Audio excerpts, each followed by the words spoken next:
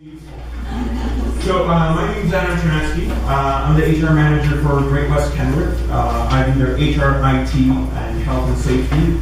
And the reason why I can do all that is because I utilize technology and I'm able to actually do a lot of things with technology to save myself time. I'm going to actually try, I was a horrible student. I'm a bad student. I still am a bad student. I'm a lazy student. So whenever I do talks, I try to make it as easy as possible for you. My presentation is 100 slides. It sounds like a lot, but it's going to go through very quickly. That's why I don't have my slides with me, because I would have killed a little sapling with my presentation. So we will walk you through the applicant tracking system. I thought this was a very good visual because really the applicant tracking system only covers about 30% of the actual jobs that are out there. And I felt it would be completely unfair if I just spoke about the applicant tracking system. So I am going to spend a little bit of time. Sorry, I always go overboard and Nicole yells at me. And so I always time myself. And I still go overboard. All right, so I am at the very end going to talk about the hidden job market, because that is truly the only way you can beat the applicant tracking system. So I'm Czarnecki. The way you remember my last name is, think of me on a ski hill, going down on skis on a chair with necks as ski poles, doing like this. You see the visual? You will now never forget how to say my name, Czarnecki. So please reach out to me on LinkedIn. I'm a big fan of LinkedIn, connecting. I post articles on resumes, jobs, HR, IT, that sort of thing. So I'm always happy to share. Like I said, I'm a very lazy student. The only thing you should write down for my presentation is google.com gen30j. If you type it into that web browser, you will get my presentation. You will also get this Google Drive where I provide you with resume resources, resume samples, resume templates, over 44 different resume templates that you can, just for being here today. It's only for you. You do not feel special. I provide reference material from my presentation, and so I don't want you to be freaking out when I'm going through these slides, because I have 100 slides to go through. Just remember that everything that I'm pulling from is from these 4 references, so just take your time, relax, soak it in, enjoy the show. Can you go back to your facial? I will, now that I have your attention. I did plan this through. So once you get on here, you can download any piece of information if you don't have a Gmail account. If you have a Gmail account, you are able to download everything at the same time. If not, you'll have to do it individually. And you click on that download button. And so here is that link. And now, once you've written down the link and you've written down my email, enjoy the show. Okay? It's going to be stress-free. So, in order to land a job, you need to have the right skills at the right time, with the right job in front of the right person. If those 4 things don't happen magically at the same time, it's really tough to get a job. I had a friend who actually sent in a shoebox with one of her shoes in, and her resume rolled into the shoe. The person opened the shoebox, and there was a note, and attached to that note was, now that I have 1 foot in the door, how about an interview? She got the interview and the job. I had another friend who walked into a bank, these are true stories, and said, I'd like to speak with the branch manager. I have a complaint. Branch manager comes in, what's the complaint about? I'd like to speak with you private. Went into the office, I don't really have a complaint. I just knew that if I spoke with reception or somebody else, I would get blocked. Can I just have 30 seconds of your time? Let me explain my resume. They got the job. Okay, they got past the gatekeepers. They got past the ATS system. Yeah, if they didn't have the right skills at the right time in front of the right person, it would have just been the cheap givens, right? My father got laid off at 60. Took him 3 years from the IT. Took him 3 years to land another job. He had interviews after interviews, but when he sat in front, you're old. you're going to be retiring. He's a good another 10, 15 years. He can't retire. He'll go insane if he retires. But huge ageism, it's out there. It wasn't until he bumped into someone at Superstore who he worked with 15 years ago and said, what are you doing? Oh, we need somebody with skills like you. There was no job position. People were just talking, yeah, we need somebody like that. And he landed a job after 3 years of being unemployed. And he was back to 19. So over 70% of jobs are actually not posted. They're sort of the hidden job market, and if you're applying on the online through applicant tracking, and believe it or not, there isn't that many applicant tracking systems, because most Alberta companies are small and medium businesses.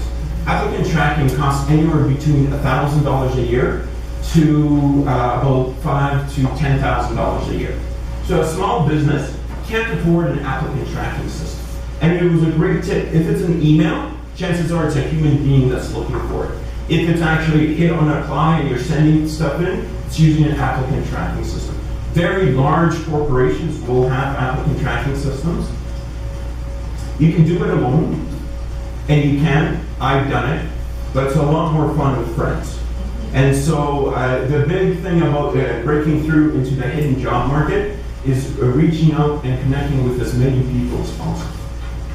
I'm going to just go through what the current trend of the modern resume is, okay? Just to get an idea, and this is not for the applicant tracking system, this is for the human being. Currently, it's a lot shorter, 1 or 2 pages, and it's a lot less detailed. I don't care about all the wonderful things you can do. I just care about the things that you can do for the job I'm posting for. It's meant to be skimmed through. I don't want to read, I want to be able to pick up words very quickly. It's a telegraphic style, meaning it's compressed, short, not complete sentences, but rather just staying true to the facts.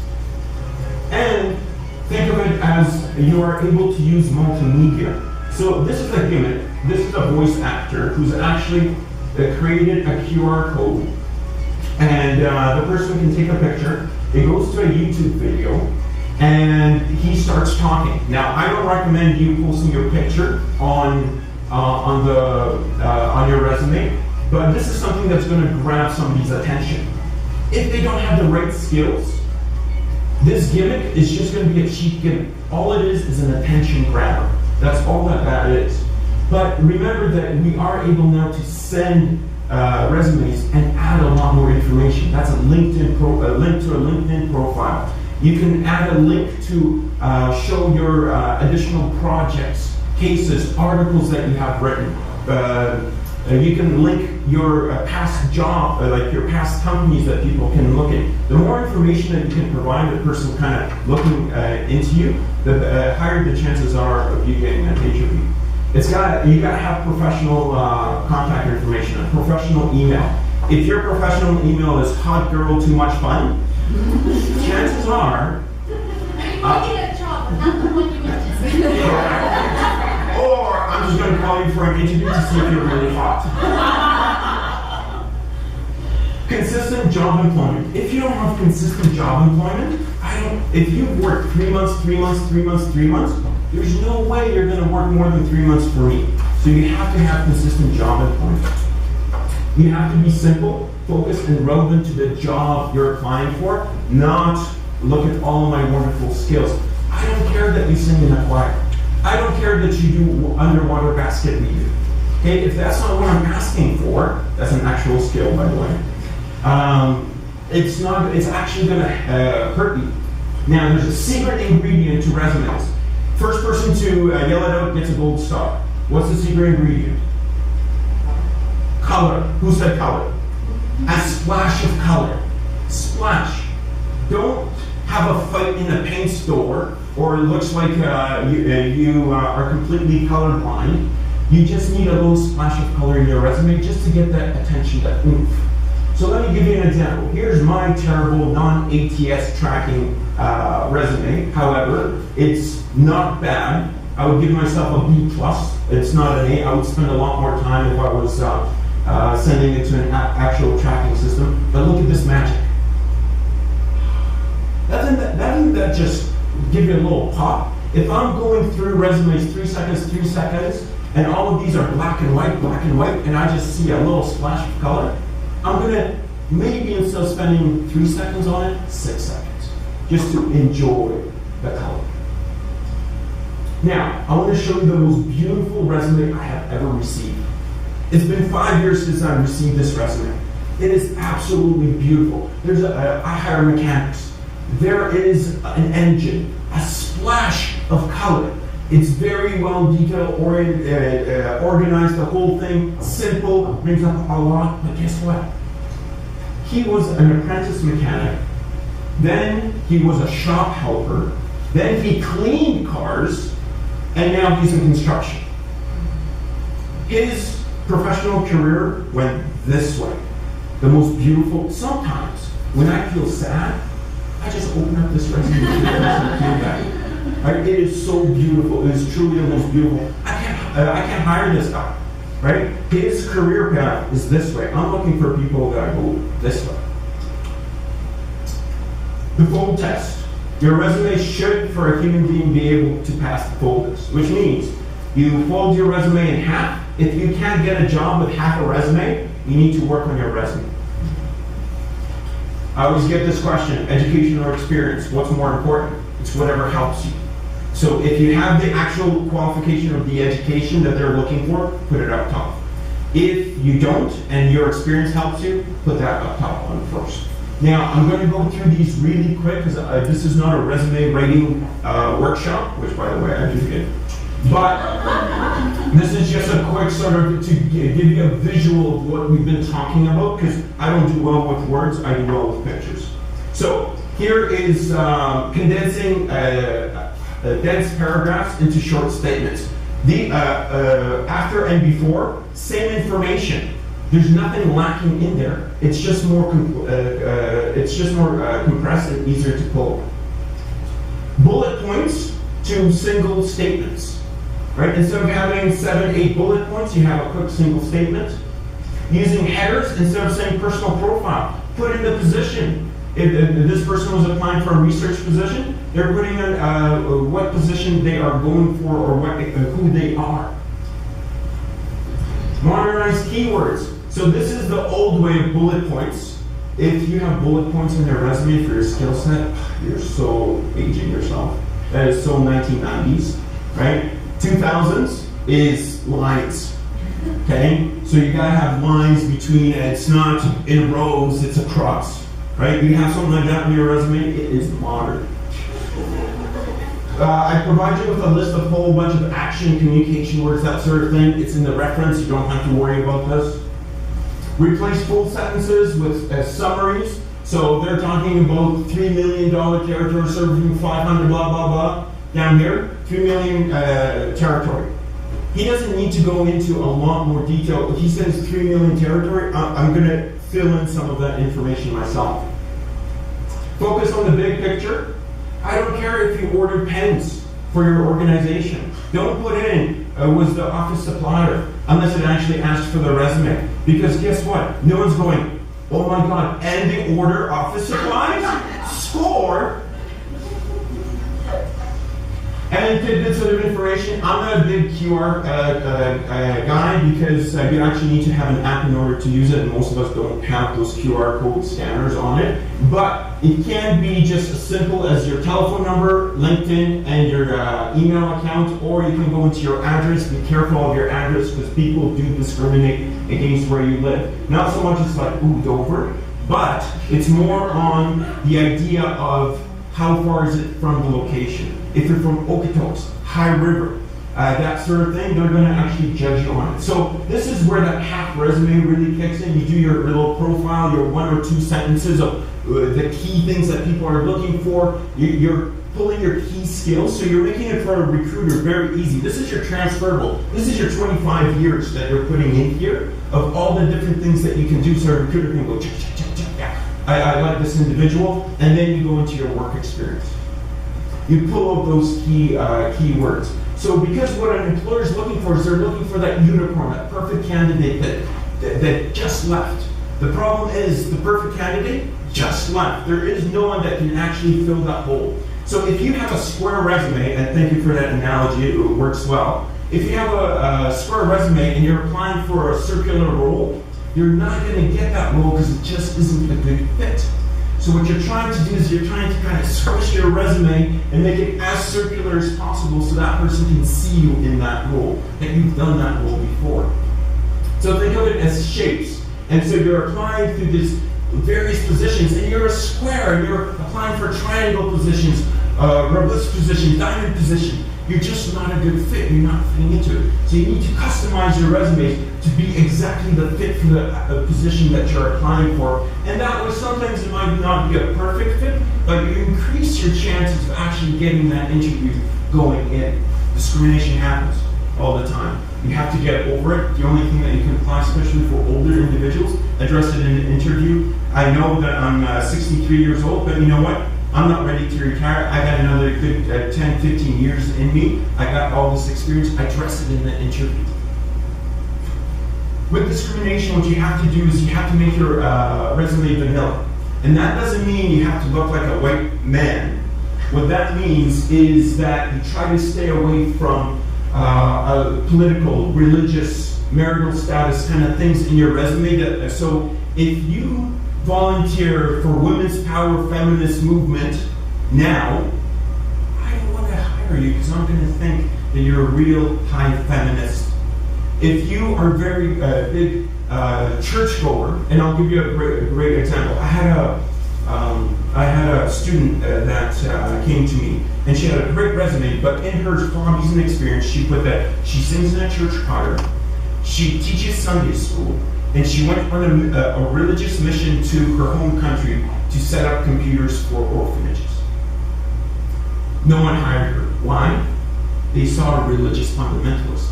We changed church to community. We took out the singing. She got a job within 2 weeks. So she assisted, she taught at community centers, and she helped set up computer labs for orphanages. We took out where, and the religious part, she got a job in 2 weeks. It happens. You have to have multiple strategies. And here's a tip for you out-of-towners, or those of you that want to go to Vancouver, Montreal, out east. Put the address where you want to work in there. So if you're applying for Vancouver, put a Vancouver address, or put Vancouver, BC, whatever it may be, because people are going to, I don't want to take a chance on this person. They're going to travel to them, and I have the additional pressure of making sure that this person survives. No. Make sure you're able to travel for an interview in a very short amount of time, but this is a really good cheap trick to try to get a job outside of a city. Cover letters, 70% of people don't care, 30% really care. So if you don't send a resume out, you're only applying to about 70% of the positions. Here's the trick, and you're not going to like it, to cover letters. You got to start each one from scratch. Do not do a template. Each one has to be genuine. I can tell what's a cookie cutter and when somebody actually took the time to write a resume from scratch. I call it cash. You have to be authentic. You have to start from scratch, and you have to have a hook. I actually just came up with this when I was doing this. I'm quite proud of it. So, because it was like C-ash and the whole, what's C-ash? And oh, that sounds cash. So, the hook is you need to know somebody in the company, or you need to know some kind of piece of rare information about the company, not blackmail, but some piece of information in the company that says that you've actually researched, looked into it. But really, your best hook is, I know Debbie in accounting, right? Or Debbie through accounting told me about this position. They know somebody. Because think of it this way: you have a choice. You have your own organization, your own company. Are you more willing to take a chance on a complete stranger or somebody who has been referred? 9 times out of 10, you're going to take chances of somebody who's been referred. Talent Pool has a great whole bunch of resources on a whole bunch of things. They got good stuff. Check them out. But what I do want to show you is the practical of what an applicant tracking system actually looks like, and this is an example. From my kind of feeling from this, a lot of you were here just to see what one looks like, so I'm going to give you an example of what one looks like. From which side? This is from the employer side. Oh, good. See, I felt that people were wanting this, so this is just a quick 2-minute one for you to understand. Onboarding process. Let's take a look at how it works.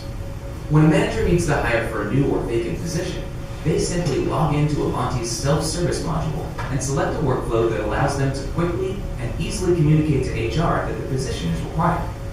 Once the hiring manager submits the new job requisition, it goes directly to HR for approval for review and completion. The job then gets posted on the careers page of your company's website. Applicants can now see the posting, review the job requirements, and apply for the position. To apply for jobs, applicants will start by creating a profile. They can update it anytime and check the status of jobs they have applied for. Applicants enter information such as their education, courses, and other information. Everything the applicant enters is stored in their profile and will be pre-populated for any other jobs they apply for in the future. Once a profile is created, the applicant will be asked to confirm their account via email. Once confirmed, they will be able to access their profile anytime. All applicants are screened in Avanti. User-defined matching criteria presents the top matching applicants for consideration and interview selection. When a successful applicant is selected, the hiring manager is notified and starts the new hire applicant workflow to indicate the person she has chosen to hire. Once completed, HR is notified so they can provide the final approval of the new hire and to initiate the new employee onboarding process. Here's how the onboarding process works for the employee. First, the employee will receive an email with a link to start their onboarding process. Here, the new employee will receive a welcome letter and proceed to complete the necessary information your company requires. First, employees will provide electronic signatures on required documents. Then they will register to use your company's self-service portal and complete any missing personal information and contact information. They'll complete their bank deposit details, fill out and electronically sign their federal tax forms, fill out and electronically sign their provincial tax forms, and they are done. Once the new employee finishes the onboarding process, the information is sent to HR for a final review and completion of the employee profile in Avanti. Avanti, from hire to retire, we've got you covered. Doesn't that just give you a nice, warm, family feel to the whole experience? But that's really, I hope that you can see now how a person can get completely lost in an applicant tracking system. And the reason why is there's so many steps involved sometimes, and people can get overlooked. That it's one of those things that if you can avoid an applicant tracking system, you should. Here's a sort of screenshot of how an applicant tracking system can work. So this person is actually looking for a sales and marketing position, and so he types in sales and marketing, and all the resumes that have the most words of sales and marketing actually go up top. And that's sort of how the keywords and filters are going through. Now, he can have multiple, so he can go sales and marketing and human resources and budgeting. That's why it's so key. This is where the filtering comes in. The other part of the filtering that comes in is how you answer the questionnaires. So when you enter an applicant tracking system, what's your education level? What's your experience in this? That's how you get ranked and filtered. And it's not only that your resume is being looked at, it's also the kinds of questions you are answering on the questionnaire on the applicant tracking system. Indeed actually has their own applicant tracking system that you can use. And what you can do is if you don't have the money, you can actually use Indeed's applicant tracking system, and instead of people going to your website, redirect them back to Indeed and have them track there. So you can actually see that I have 75, I did a service advisor role for Great West Canberra. I have 75 candidates that have applied for that role. You know in how many days? 3. In 3 days I had 75 applicants. What I can do is I can look at everyone, and I'm sorry, Jennifer's not going to get the job. You know why? I don't even have to look at Jennifer's resume. What's Jennifer's current role? A graphics designer. I need a service advisor. A service advisor brings, a customer comes in, tells them what's wrong with their truck, how many miles. The service advisor actually has to sort of diagnose of how long that repair is going to take. They need some mechanical aptitude and they need some mechanical experience into that. I'm not going to hire Daniel, he's a truck driver. That's sort of like me going into a Honda dealership and saying, hey, I drive a Honda, can I be a mechanic? No way, right? Just because you drive a truck doesn't mean you know how to fix a truck. So without actually even looking at the 75 resumes, I pick up 2 people from their current roles, which is a HD, heavy duty, service advisor, and a coordinator and a service writer. Those are roles that I am familiar with and I understand that they've done that. So out of 75, 2 people actually are in the current role that I'm looking. Those are my 2 top candidates without even a filter system. From there, I can actually look at their resume, I can add notes, send a message. It's a complete applicant tracking system within Indeed, and it's free. Really, all you're doing is if you're posting on Indeed and you have an employer's account, you have a free applicant tracking system at your use. You can set up an interview, so you can go directly talk with Jennifer and say, hey, I'd like to set up a time with you, and it gets automatically booked and noted. You can send Randy a rejection letter. I love Indeed's default. Thank you for your interest in Kenworth, service advisor at Great West Kenworth. We've reviewed your application. Unfortunately, you are not a good fit for this position at this time. I'm so sorry for the disappointing news. Best of luck in your job search. So that's Indeed. It's its own applicant tracking system. All of you, if you post on Indeed, you have your own applicant tracking system and you didn't even know. You're welcome. I just saved you $10,000 per year. I've been looking for the perfect applicant tracking system and I can't find one. I've actually hacked Outlook for my own applicant tracking system, and whenever somebody goes, tries to pitch me an applicant tracking system, I show them what I do in Outlook, and they go, you've made Outlook your applicant tracking system. I'm like, I know. And here's the thing, I'm not special. I thought I was. Adam, we're picking up your heartbeat.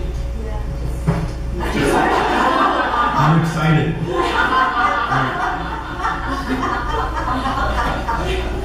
You still want that date?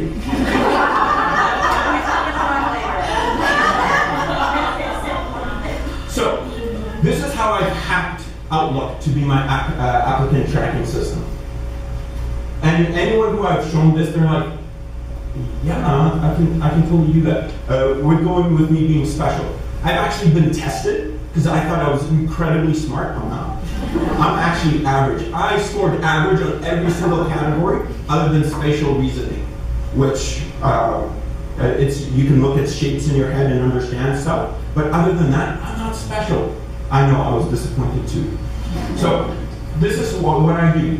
Every single, now this has taken over time. Start with one position. Don't do this for every single position in your organization. Everything that I do, you can actually Google and take you step by step on how you do this. So what I've done for, I set up a folder in Outlook for my position. Step 1. Step 2, what you can do is your top candidates, you can actually do subfolders in Outlook for top. Don't put your garbage people in here, only your people that you're going to hire. Step 3 is you can create rules. Rules are very easy. No one does them, okay? And this is what you do. You create a rule that says, with a specific word coming into my email, with the subject or body, I want, so anytime I post a position, I say, please put in 1177 in the subject line.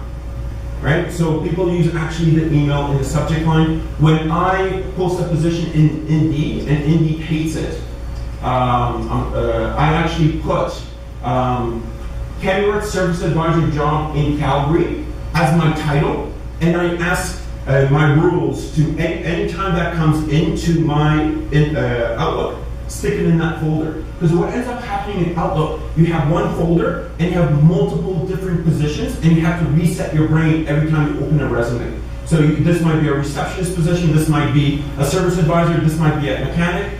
Outlook automatically puts people in the folders and you're just looking at mechanics, you're just looking at reception, you're just looking at service advisors. So and then I can automatically send a reply saying, thank you so much for applying. Don't call me, I got your resume. 90% of companies do not respond to somebody applying, and that's where you go, hi, my name is Bob, I applied a week ago, I was just wondering if you got my resume. I've cut down on that by just having an auto response. Every single person that applies to my company gets an auto response saying, thank you so much, we received your resume. If anything, just make that rule in your Outlook, that anytime you have an attachment coming in, say thank you very much, we've received your, don't have your personal, have a specific HR folder, or sorry, specific HR email. Don't use your personal email. That's for succession as well. And then, so I put in here, it has 1177, send them an automatic response, and move that email into my service folder. From there, everyone gets this response, thank you so much for applying, we'll be in touch with you in 2 weeks. If we're not in touch with you in 2 weeks, didn't get the job, I'm so sorry. But what I also do is I ask them to fill out a research survey saying, where do you apply? What keywords do you look when you're looking at job searches? I get additional information from my candidate and I tell them this is completely confidential, has nothing to do with your job, but I want to know where you look, what time you look, how you look, what words you look to make me a better recruiter. There's categories in here. Gladys actually worked for me for 4 months as a student, HR practicum student, and she used the system. I never had to talk to Gladys of what she did. All she had to do is fill in the categories in Outlook, and I knew exactly what that candidate was doing. So I have rejection letter sent, forwarded to manager, we'll review in 1 week, assessment, didn't call. You can change all of these categories, colored categories, in Outlook. And so what ends up happening is we've rejected all of these people, and look at Michael there. Michael was forwarded to the manager, he was interviewed, and he was hired. So just by looking at, we can actually do multiple categories in Outlook, and we can see them where they are in the recruiting process. So if we send it to a manager, we put in their blue if we sent it to a manager, and we have the date stamp when we sent it. And then we just go back and we follow up looking for all the blues that are a week old and say, hey, this the manager hasn't gotten back to us, let's follow up with the manager. I use my signatures as templates. A lot of people think a signature is a signature. You can put like whole documents in your signature. So I actually have a rejection signature that I look at a resume, I don't like it. I just go into the signature. I even say, dear applicant. If it's a slow day and I'm feeling nice, I'll use their first name. But usually I'll go dear applicant. I have for managers, I actually created a survey for the managers saying, hey, do you like this candidate, yes or no, and tell me why, so it makes me a better recruiter. And I have a signature for the candidate if I want to actually interview them, right? I don't have to type out every single email. I got 10 minutes, right? Use Google Drive. Google Drive is free. It gives you free surveys, free documents, free Excel. It's an amazing tool. Learn how to use Google Drive.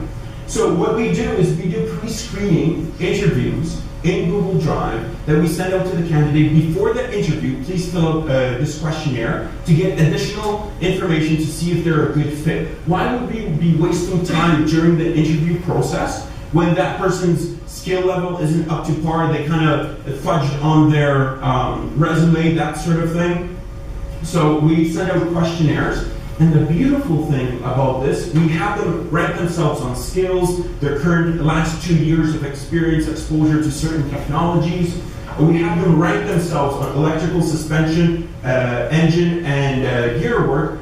Are you an expert, advanced? And we use this information during our review process to see if they lied. And if they lied, we fire them. So if they said I was an expert on everything, and they have no clue. We say, you've lied on your application process. Thank you very much, you don't have that skill set. And you can download all that information. Google Drive provides that information, who applied, when, telephone numbers, contact information, all in a spreadsheet. You didn't have to do a thing. My company thinks I'm very I've automated everything. And remember, I'm not special. I got tested. I'm average. I just know how to look stuff up. Like all of this that I'm showing you wasn't like, oh my God, I should do this. This is reading, going how to, and this is just researching and finding stuff on Google. How to make rules. I didn't know how to make rules. I found out on Google. What questions to ask on a questionnaire. I found out on Google.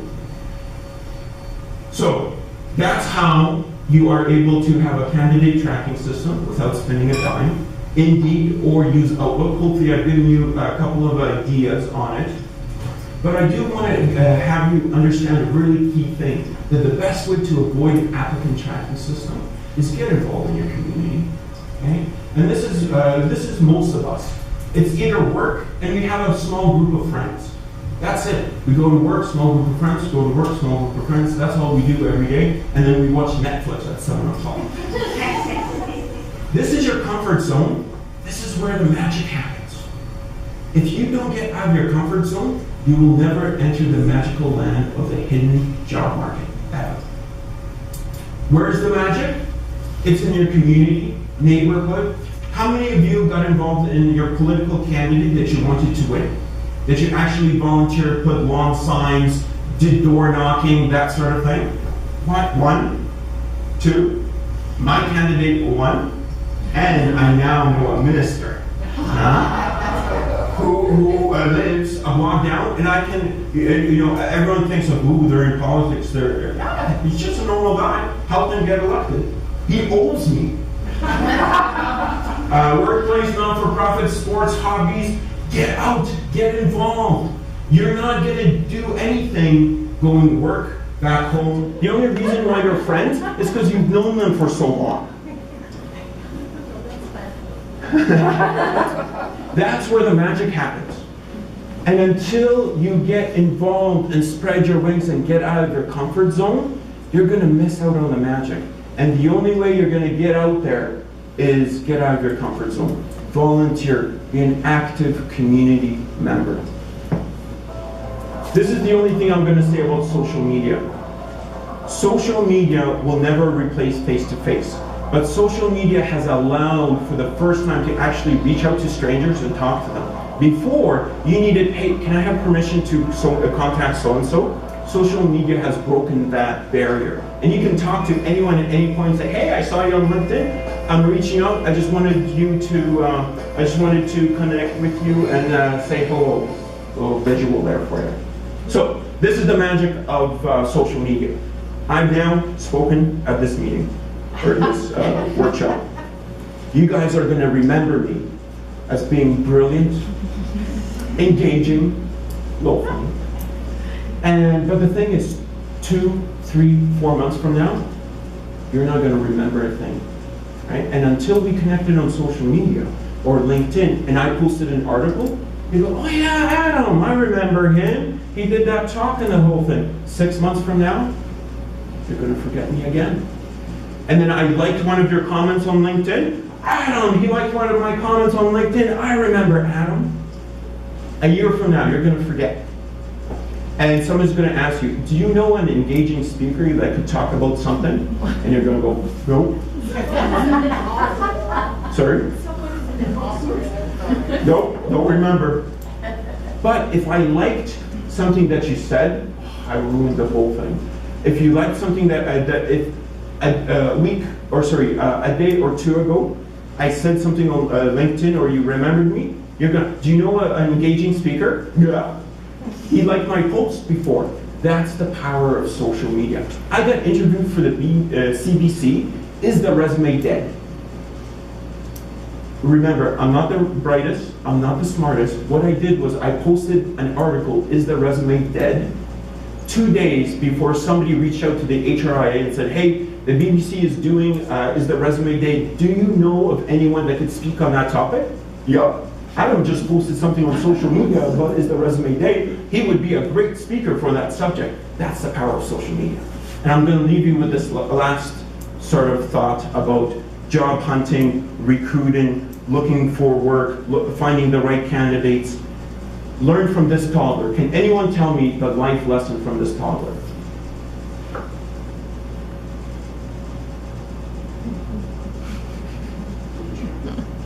That's a great lesson, but no. What's the lesson from this toddler? Persistence.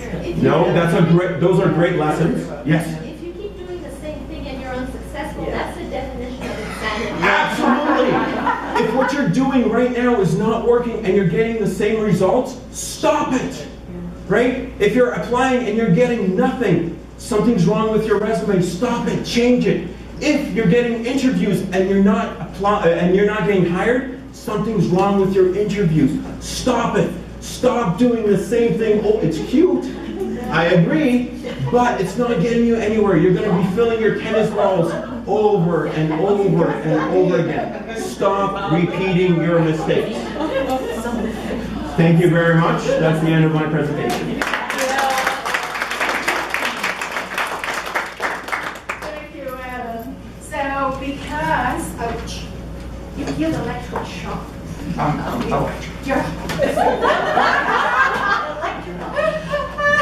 Because Adam self-introduced himself, I didn't have a chance to say what I usually say when I introduce him, which was fasten your seatbelts. Yeah. So yes, you were in for a ride. We've got definitely a few moments for questions for all the panel. And I know that a lady in the red sweater had a question. Before we do that, to my colleagues who belong to community partner organizations who place clients, everything that was said in this session, please take it back to your colleagues, because this was the purpose and the intent of the session, is how we can become more effective as community organizations when we're supporting our clients during these difficult times. So everything in today's 3 hours is applicable when you are a community organization involved in helping your clients. Your question, please. Now, we discussed about customizing the resumes for according to the job position, job post, and we also talked about the LinkedIn profile, which normally I don't think so we customize a lot because we are applying as a job seeker so much. In Indeed, it's easy for us to customize, but in LinkedIn is kind of a professional network. So I don't know what to do. We should customize it over there as well. It should be a match, or I don't Okay, know. thank you. Who wants to take this? If you customize your resume for every application, do you have to change your LinkedIn? I would say no. LinkedIn is where you want to be showcasing your own personal profile, right? Yeah. So, yeah, you need to be tailoring it to the ATS or the job post. But in this case, to have your profile on LinkedIn and hopefully be contacted by a recruiter, that's where you want to make sure that it really encompasses everything that you can do. You know, you take out certain things to add other things when you're customizing it to an ATS or making sure that certain things are in there. But on your LinkedIn profile, I would put what you specialize in, what you can do, what you've done. Obviously, you don't want it to read like a novel again, but recruiters use LinkedIn and search on specific skill sets. So if you have a unique skill set, make sure that it's there. Or even if you have a specialized skill set or something that you've done for the last 2 or 3 years, make sure that it's there. But you know, the level of customization, I mean, customize it to what? Just make sure that it really reflects who you are as a candidate. Thank you. And I would add to that certainly your community involvement that Adam talked about, your volunteering experience, that lives in LinkedIn, because that is extremely important. Yes. In one of the Bonnie. sessions I attended, they said that recruiters check LinkedIn for a reason to hire you. They also check your Facebook for a reason not to hire you. Absolutely. So recruiters always check Facebook as well? Yeah. So I'm going to take this one because it's part of something that I teach. Facebook is for grandchildren and puppies. It's that simple. It's a straight rule. You can use as a company Facebook for specific purposes, but we have to be extremely careful what we post on Facebook, particularly the pictures. There's just a case in the US this past week where somebody was fired because of a picture that surfaced on Facebook. So LinkedIn is professional, Twitter, absolutely, there is a crossover. Facebook is honestly safest bet, family, friends. Thank you. Other question, Liz? I was going to give just a different take on changing your LinkedIn profile. So I have a client who's interested in a job at De Beers, which is shutting down its Toronto operation, moving to Calgary by June. And I wanted to facilitate an introduction between my client and somebody I know there, another cousin. So we talked about it, and I knew that as soon as I connected them through email, the first thing that that person at De Beers would do would be to look at a LinkedIn profile, because she knows nothing about this person other than I'm in common.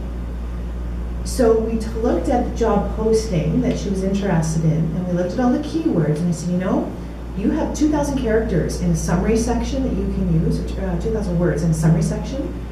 Use them. Put in as many of the keywords from the job posting, because you're interested in this job, but just tweak it a little. And so I think of LinkedIn as such an active place that you can tweak it a couple times a day if you wanted to. It's so versatile.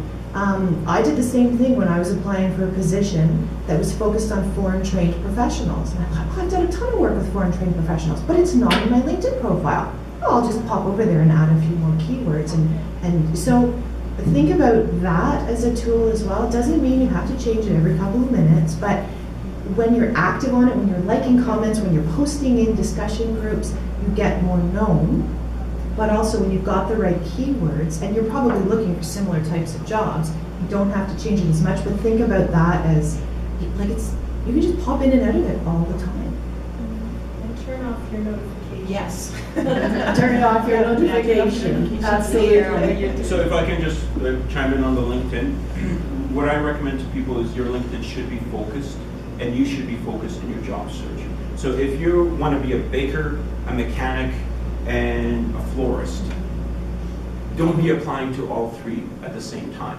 Focus on being a baker, make your resume and your LinkedIn profile as a baker, see how it goes, start applying for those jobs, and if you get nothing else, okay, I want to be a florist, change your profile to focus on the florist. You don't have to be a 100% florist, but if you're like, hey, I can be a baker, I can be a florist, I can be a mechanic, I can be anything, you're going to be nothing, because no one wants a handyman. They want a specialist, right? No one wants a handyman, they want an electrician, they want a plumber, they want a framer, whatever it may be. So make sure you are just focused in your job search, and your resume is focused, and your LinkedIn profile is focused. There's a lot of talk in the career world about your brand, and that's what it is. You are marketing yourself. You are the president of Me Inc. So how are you branding yourself and marketing yourself? It's like Coke trying to sell other stuff. Doing exactly. Yeah, but you know what I mean? Like, think about your brand and what you're marketing about yourself. Other questions? Sorry, Gladys. Mine isn't a question. I just wanted to comment on what Adam said. I worked with Adam for 4 months. When I worked with him, I discovered that Adam will Google anything. After that, my takeaway is Google is my best friend now. For anything, I just go to the Google. Well, I think you're a testament to survival skills. You worked 4 months with Adam, and you're here to tell the story. That in itself is a feat. Bonnie, you still had a question? I just thought of another one. I've heard mixed reviews. They say on LinkedIn, you're not supposed to put your current recent employment. They say that's a no-no. And then I've heard if you do put it, say something like, open to new opportunities. So which is the correct way to do it? Depends which recruiter you ask. Recruiters like that you're open to opportunities because it's not wasting time that you're passive. So recruiters will say, yeah, I love it. Employers go, you don't want to date me anymore? Well, what's wrong with our marriage? I thought we were good, right? So it's one of those things. Employers hate it, recruiters love it. But it's not your tagline under your name, though. No. It's where? It's supposed to be in the summary section. You know, like, because they say, if you're Well, currently then employed. you're not going to show up Then on that you're search. buried. If it's not in the tagline, you're buried. So if you're unemployed, absolutely, you put open to Yeah. new possibilities. If you're employed, you got to really decide, do you want to make your employer happy or? You're actively. Yeah, looking. But this is Well- where it gets confusing. Well, but there is a section about interests. And there is nothing wrong under interest to say something along the lines, always interested in learning new skills or exploring new opportunities. So what I would say is never put your money down on LinkedIn as getting a job. What LinkedIn is a secondary source to your resume, to your interview. It's a tool that people use. People will never go, oh my God, I'm going to hire this person because I found them on LinkedIn. It's only once you have been introduced, referred, submitted your resume that your LinkedIn actually counts. So absolutely think about LinkedIn as hiring a marketing manager to manage you, your brand. That's what LinkedIn does. Because it helps you showcase knowledge and abilities and interaction. But yes, it doesn't get it. It's also a great source of information. Absolutely. Like, I know that the people I mentor, I tell them there's so much to learn on LinkedIn. Like, for instance, making sure that your resume doesn't reflect that that you're in a certain age group. They give you tips and tricks. There's so much resources too on LinkedIn on how to keep your resume current, how to look for employment. It's a source of information of companies you're interested in. There's information you can go check who they employ, how many people. So it's Absolutely. a source of information as well. Right. Other questions? So this is our 5th session for the organizations in the room. We have, thanks to Janet Salopek and her incredible team, we've added a 6th session to HR in a Box, where Janet and her team are going to walk everybody through the building of a strategic plan using all of the knowledge that we've shared in the 5 sessions. So for those of you in the room that have organizations that could benefit from the exercise on strategic planning, please, we are putting it out through social media. You've got it in your folders. Join us. I want to acknowledge a very special person in the room, which is my good friend Pam, that's sitting right there, very quiet. Because without Pam's support and Alberta Human Services, we would not have been able to bring to you all of these sessions. So Pam, grateful thanks. I think that there's many more of these in the making, and we're looking forward to that. Everybody, thank you very much. You're welcome to hang around and to network, and see you next time.